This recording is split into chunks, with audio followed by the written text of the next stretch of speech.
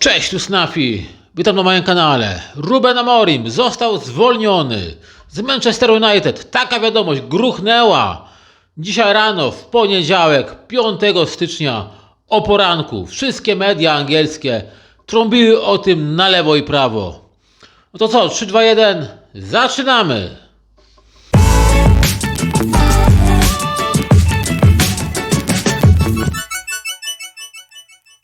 A więc tak powiedziałem, Ruben Amorim zwolniony z Manchester United. I cóż, mimo wszystko lekki szok. Skłamałbym, gdybym powiedział, że nie jestem zdziwiony. Jestem zdziwiony, jestem w lekkim szoku, w lekkim niedowierzaniu, ale to jest fakt.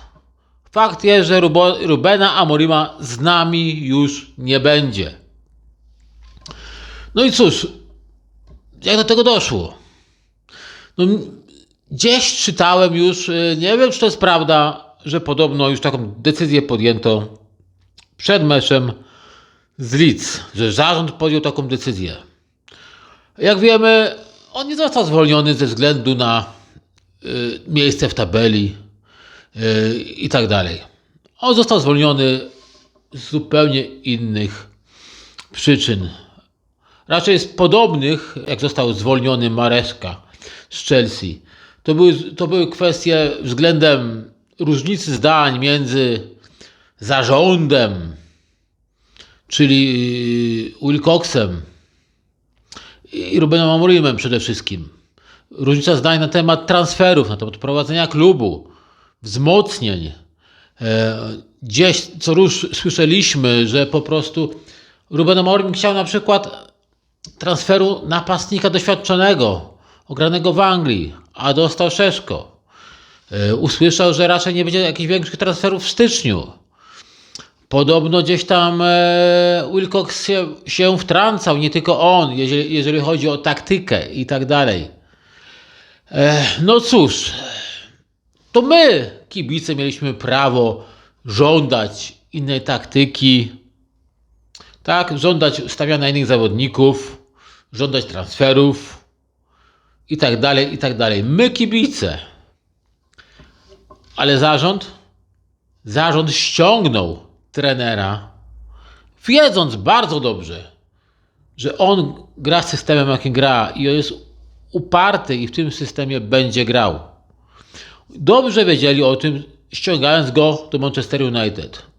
To my, kibice, mogliśmy mieć różne nadzieje, że może to się zmieni, mieć różne żądania w stosunku do Amorima, żeby jednak zaczął grać innym systemem. To my, kibice, ale mówię, zarząd ściągnął kogo ściągnął. Wiedzieli, kogo ściągają. Mało tego, on chciał przecież zostać do końca sezonu, tam jeszcze dokończyć sezon wtedy. Ale nie, polecieli do niego, przekonali go, że to jest dobra decyzja i się odejdzie teraz. Zapłacili Lizbonie jeszcze pieniądze, tak? Przecież pamiętajmy, my jeszcze zapłaciliśmy za niego pieniądze.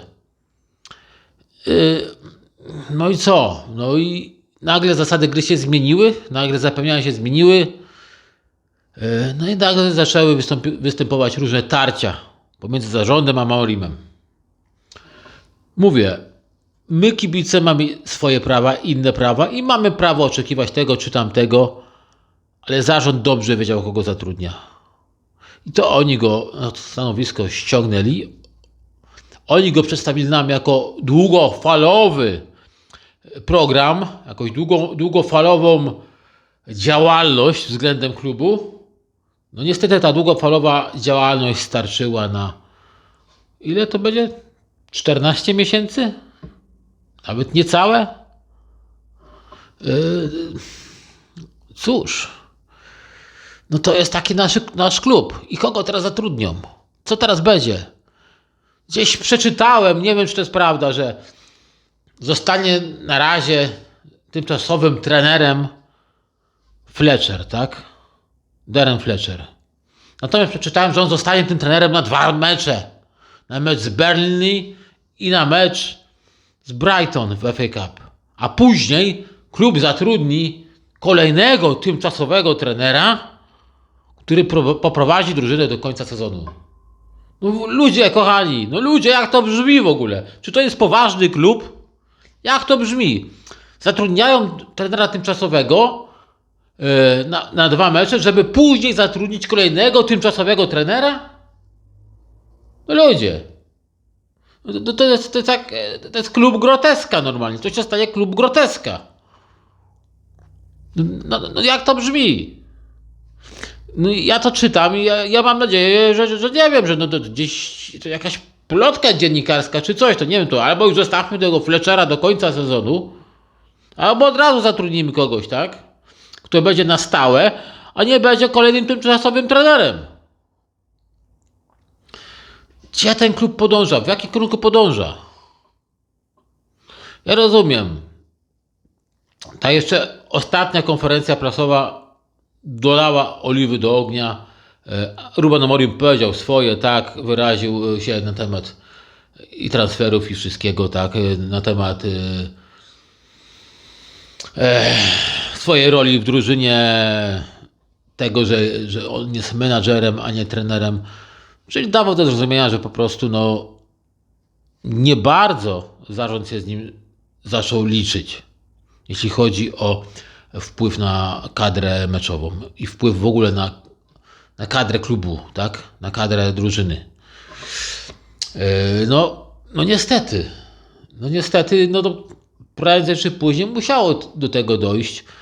Można było wywnioskować już z niektórych wypowiedzi Amorima, że myśli może o odejściu, że ma tego wszystkiego dość. Natomiast, no wiecie, po raz kolejny to my zwalniamy i to my będziemy musieli wypłacić odszkodowanie.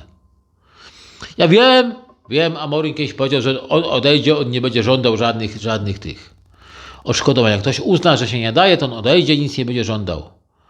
No ale nie wiem, czy my możemy w to wierzyć, czy my możemy ufać temu Amorimowi, że tak się właśnie stanie, czy jednak przystanie przy tym, że klub będzie musiał mu zapłacić do końca kontraktu. Czyli kolejne wydatki. Wydatki, które można było spożytkować na chociażby pomocnika jakiegoś. Nie wiem, czy w ogóle ten zarząd wie, w jakim kierunku chce iść, co chce osiągnąć. Moim zdaniem nie wiedzą. No nie wiedzą.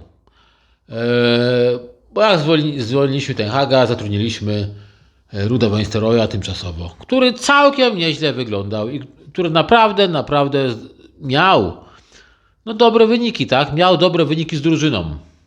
No ale nie. Musiał być ktoś inny. Musieli udowodnić, że oni mają rację, że oni mają taką wizję, że jak ktoś przyjdzie, jak on pokaże, normalnie 2 lata Liga Mistrzów, mistrzostwo i wszystko. No i cóż, nawet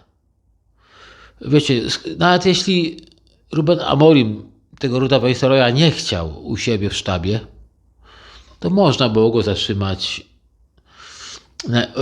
na jakiejś innej posadzie w tym klubie, tak? Można przecież było go tam zatrzymać gdzieś. Teraz byłby jak znalazł i pewnie znowu by się zgodził tą drużynę poprowadzić.